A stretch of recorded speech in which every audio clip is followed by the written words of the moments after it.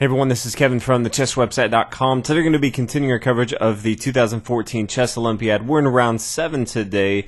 Countries facing off are Norway, team number 1. They have 3 teams since they are the host country, against Germany. So Norway being team number 1. We're going to be watching the world champion Magnus Carlsen. He's going to be playing the white pieces. His rating is 2877. His opponent with a rating of 2709 is the German Grandmaster Naiditsch. He's about 28 years old. He's a Grandmaster. He's a phenomenal player, so definitely very interesting match to watch. We'll go ahead and get started with Magnus Carlsen starting out with pawn to d4. We see knight to f6. We see the Queen's Gambit, so pawn here to c4. We're actually going to go into the Nimzo Indian defense. So a very strong defense from black, something that Magnus Carlsen obviously very, very familiar with, attacking from white. So interested to see kind of where this goes. Knight to f3, pawn here to c5, normal way for black to attack in this position. Pawn here to g3, Magnus Carlsen getting ready to fianchetto onto the king side, try to control these light diagonal squares. Castle on the king side. We see bishop here to g2 is kind of we talked about. Pawn taking here, knight recapturing here. These are all bookline moves, nothing out of the ordinary yet from both sides of the board. Pawn here to d5, striking the center, trying to maintain control of these light squares. We do see a capture and a recapture. And this knight right here on c3 is kind of pinned. So it's kind of awkward for white. He really wants to go ahead and castle on the king side so he doesn't have his knight pinned. He would like to either take with his knight or move his knight somewhere else and just not have to worry about this bishop here on b4 pinning it down. We continue with queen here to b3. Getting it developed, also attacking the bishop here. Once this king is castled, the knight can take, obviously attacking the bishop there on b4. Knight to c6. Again, both sides just continuing their development. Not too much is going on. Magnus Carlsen does decide to go ahead and capture. And there's a recapture here on c6. This is an isolated pawn that Naiditsch has here on c6. So Magnus Carlsen may be looking to attack this later on. It is opening up for this outpost here on d5. Great central square for this knight here on d5. So Magnus Carlsen may want to go ahead and exchange that off the board once he castles and his knight's no longer pinned. But again, he's going to be eyeing down on this isolated pawn, especially since he has the light square bishop here. You can kind of eye down this long diagonal right here. So Magnus Carlsen decides to go ahead and castle over here.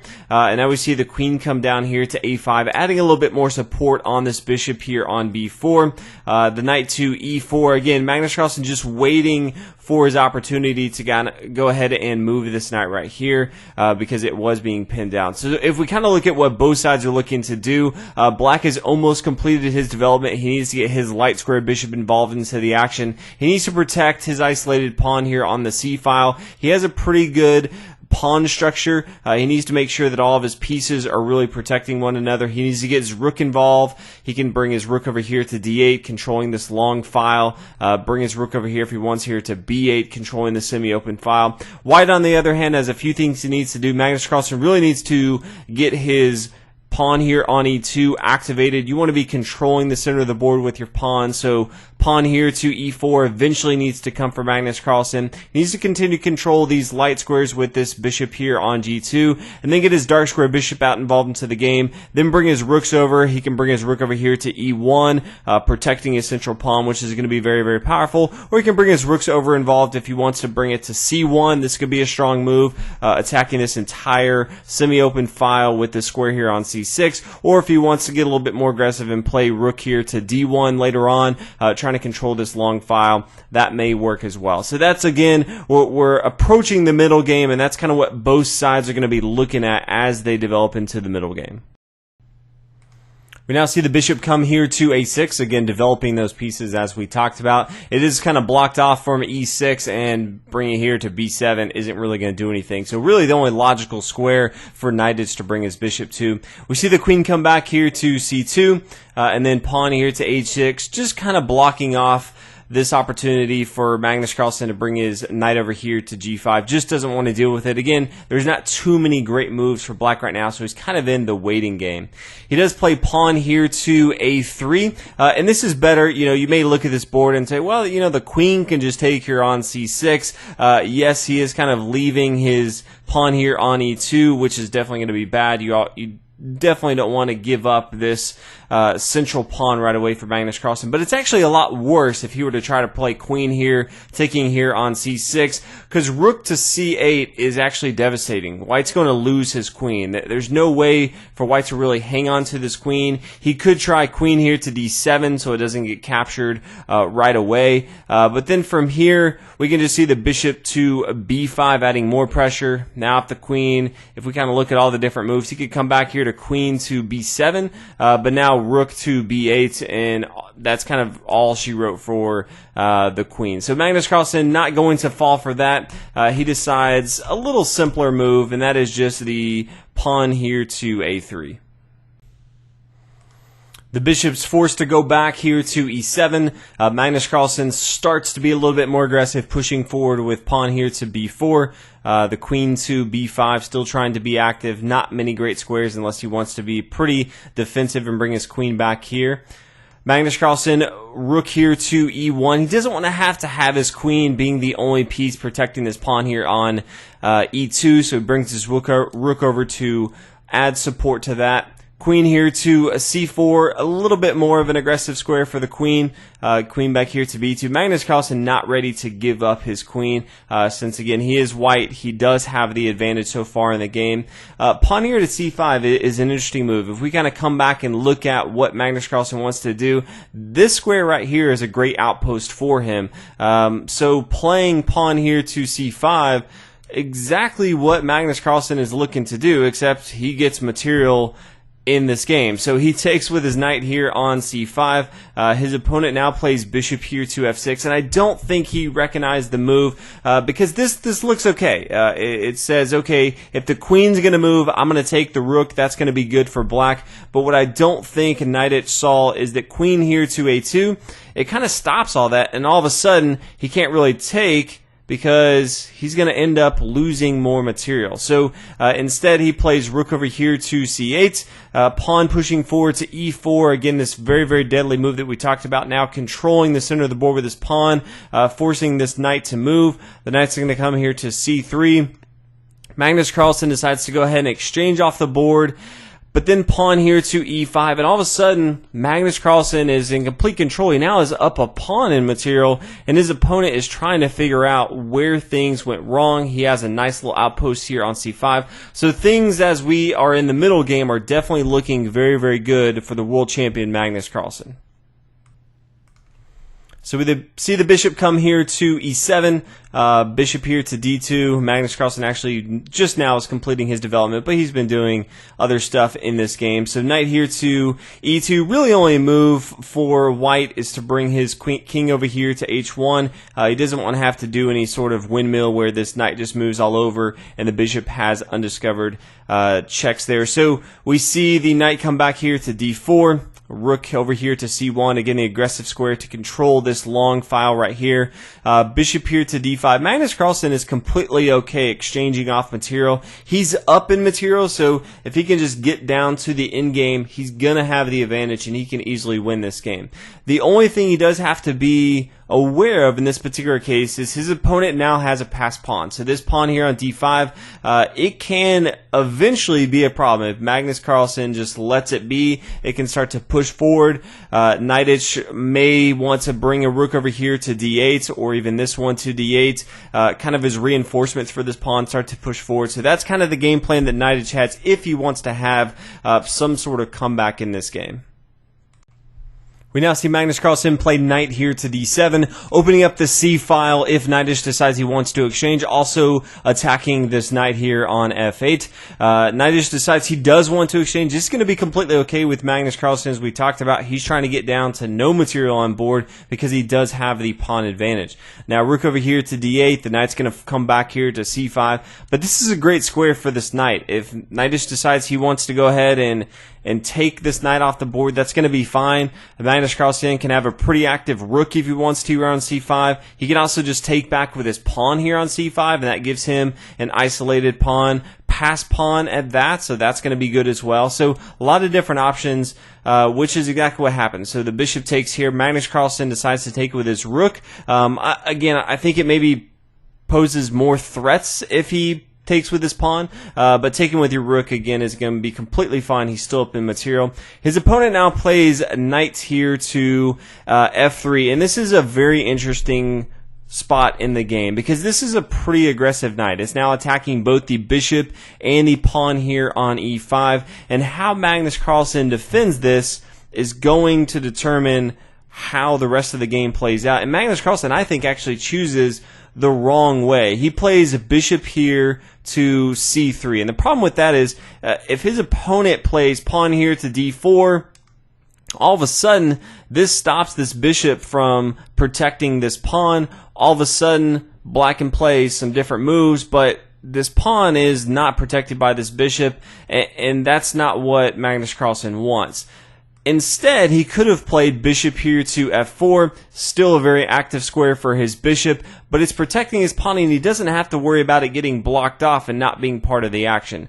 In the particular game, as we talked about, plays bishop here to c3, then his opponent starts to push forward with pawn here to g5, still knowing that this knight here on f3 is going to be a pain for his opponent. Pawn here to h3, pawn to h5. Again, Naiditsch getting a little bit more aggressive with his pawns over here. King here to g2. Pawn here to g4, adding reinforcements, a nice little outpost for this knight here on f3. We now see pawn here to b5. Magnus Carlsen recognizing he can't do too much over here on the king side, so he starts to look elsewhere on the queen side. So Magnus Carlsen, again, in this position, he has the material advantage, so he needs to make sure he holds on to that material advantage, and also needs to make sure that his opponent doesn't do anything tricky with the passed pawn here. Now, rook here to d7, this is going to just a little bit better position for this rook. It's protecting both of these pawns right here. Rook up here to c8, not really doing too much. The king can just come here to h7. Bishop here to a5, trying to get more involved into the action, but then all of a sudden Naiditsch plays pawn here to d4, starting to put more pressure on his opponent, pushing forward with this pawn right here. We now see an exchange off of pieces, but that's going to be completely fine. Nothing changed too much on board, but all of a sudden this knight, he can really start to attack the square here on e5. There's no more protection. As far as ways Magnus Carlsen can kind of defend this, he could play rook here to c7 if he wanted to. This is one way. If there is the knight capturing right here, we can now see the pawn come up here to a4. We could see the rook take here on d7 after the knight captures. Then the bishop could come back here. We are even in material, but this is going to be completely okay. When there's bishops on both, or pawns on both sides of the board, the bishops are usually going to fare a little bit better than an opponent's knight. So if we kind of look at it, there's some pretty good options I think Magnus Carlsen has on board, but he plays a crucial mistake, and he plays pawn here to e6, and he just gives his opponent that pawn right here. He doesn't advance his board state at all. His rook over here on c8 still is a little bit less active. Naiditsch is rook here on d7 is way more active. It's protecting this passed pawn here on d4, and all of a sudden Magnus Carlsen finds himself in a very big disadvantage. We now see rook to c7. It's a little late though, because now this pawn can just push forward with d3, and it's much further down this line than it was in the previous line that we talked about. So again, as we said before, black really needs to come down here and start to put pressure on Magnus Carlsen, and that's exactly what he does. Now the king is forced to come over here to f1, try to add a defender. We now see knight to d4. This is kind of stopping some of the threats that white has. King to e1.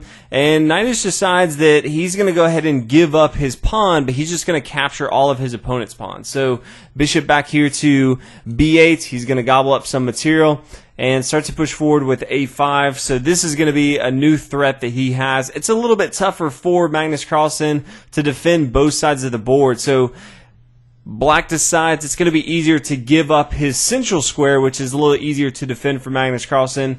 Give that up, take more material on board, and then have this pass pawn on the A file, which I think is definitely the best way to go. All of a sudden, black is up in material, and he has a huge advantage with his pawns. So now he's going to get his king involved into the game and start to push forward a little bit more. The good thing for Magnus Carlsen, though, is he does have the dark square bishop, and you always want to have the color bishop that is where your opponent's going to queen. So this pawn's eventually going to come to a1, and Magnus Carlsen can stop that. All he has to do is control this long diagonal right here, and he's going to control this square right here. So that's definitely a plus for Magnus Carlsen. We see knight to c4 attacking, bishop to c3. Again, just more of a central square that he can control still, this square here on a1. Pawn here to a3, king over here, king to h5, and then we actually see an either bigger mistake from Magnus Carlsen, and he plays pawn here to f3. Huge mistake, because pawn here to e5 is a huge blow to Magnus Carlsen. He's forced to now come up here to e4. He needs to control this square here on f3. He can't let his opponent just take right here. After knight to d6, this is kind of the dagger. He would really like to play king takes here on e5, but then after the pawn takes on f3, there's no way for white to stop this again. Magnus Carlsen does not control the bishop that would control the square here on f1, and so this would be a lost call. So he's forced to play just the king back here to e3, and now the king can come here to g5. We do see a exchange, but now it's just more pressure. He's going to be able to gobble up all these pawns over here and just starting to push forward. So king back here to d2, knight to b5, bishop up here. Some material is gone. Now this bishop is doing a good job. It's protecting this pawn here on g3. It's also protecting the square here on a1, but it can't protect them forever. The king comes up here to f5, attacking. The bishop is forced to come back here, and all of a sudden this bishop can no longer defend all the squares it needs to. After the king captures here on g3, then this bishop is just forced to come back here to a1. It can't do too much, and Magnus Carlsen is forced to resign, knowing that this pawn can just push up here, get a queen, and easily win the game. So shocking upsets for Magnus Carlsen to lose to the German Naiditsch. A very strong player, but definitely not in the caliber that Magnus Carlsen is in, being the world champion for both normal time, blitz time, and bullet time. He's just kind of the best out there. So again, great match. Magnus Carlsen falls with the white pieces, which is even crazier. His first loss with the Chess Olympiad, but all in all, still fun match to cover. So hopefully you guys enjoyed this video. A lot more coverage if you want to check it out on the chess website. We have an entire section dedicated to more videos of the Chess Olympiad, but hopefully you guys enjoyed. I'll see you guys in the next one. Thanks for watching.